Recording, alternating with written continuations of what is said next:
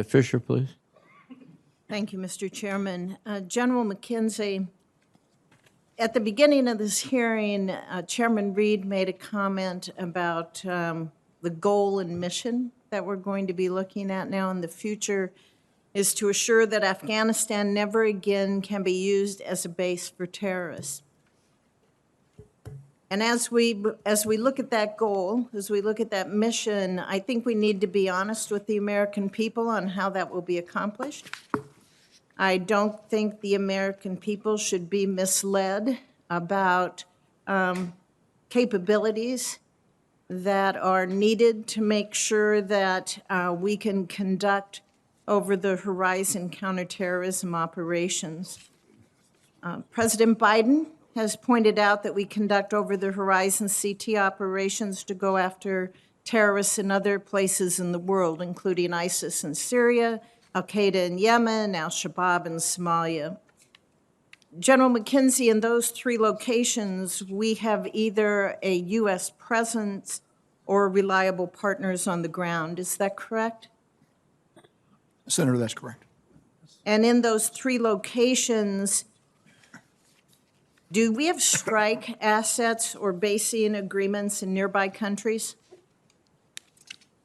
At the level of this briefing, yes, we do.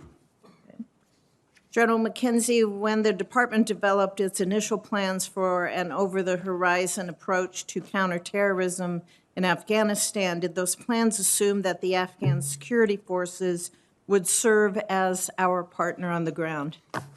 So we developed plans that were neutral on that. We developed a spectrum of options ranging from we would have robust help from some future government in Afghanistan to a situation, which is what we have now, where we would have no help from the government of Afghanistan. So we developed options across that entire span of future possibilities. But as we developed the options, you developed the options, and the reality is now that we didn't see this collapse coming so quickly, and we don't have partners on the ground. Is that correct?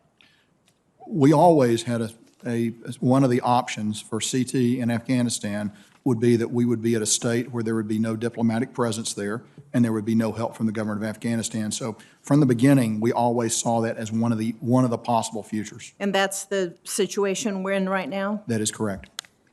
You stated that during the evacuation, we developed a pragmatic relationship with the Taliban, but you're not saying we should consider the Taliban to be a reliable partner by any means, are you? I do not trust the Taliban. I do not consider the Taliban to be a reliable partner. And anytime you deal with the Taliban, you have to look at what they do and not what they say.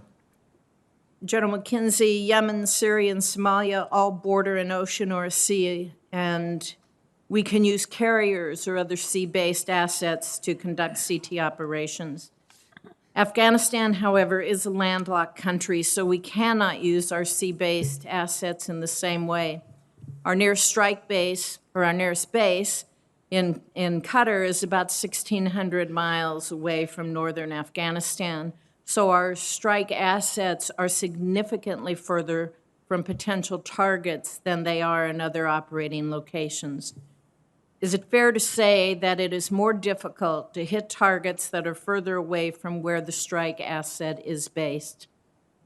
Senator, in general, that's a factor, but I would tell you because of our ability to refuel aircraft, to position, for example, during the withdrawal, we positioned a carrier off the Makran coast of Pakistan, which shortened the range considerably. So there are ways to get to that finished solution. But Senator, if I could just add, it is not the finished part of the problem that is the most difficult part of the problem. It is the finding and fixing the target where we've run into great difficulties, particularly associated with Afghanistan, because of, as you noted, its landlocked location, its great range from our bases. And while we do have platforms that can fly in there, it eats up a lot of time and a lot of platforms to conduct that mission. That's why I said from the beginning, hard to do, very hard to do. It's not impossible to do, but there are, and we can talk more about it in the closed session. Right, and it's hard because of lack of partners on the ground. That is a significant factor that you look at when you look at any CT operation of this nature. To even reach Afghanistan, our strike assets, they have to fly over other countries. So without an agreement from Central Asian nations north of Afghanistan, Is it accurate that we're reliant on the continued use of Pakistani airspace for our over-the-horizon strategy? Senator, you are correct. And that is not a sure thing for the future, correct?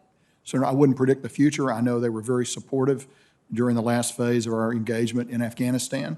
I think we're now talking to them at various levels about how we might maintain the ability to do that in the future, but I wouldn't want to get out ahead of the department, the secretary, and the policy people on this. But they also have a strong relationship with the Taliban. Would you consider that that's going to grow? I would consider that they're going to be very conflicted about this, as they have been for the last 20 years. Okay, Thank you sir. very much, Senator Fischer.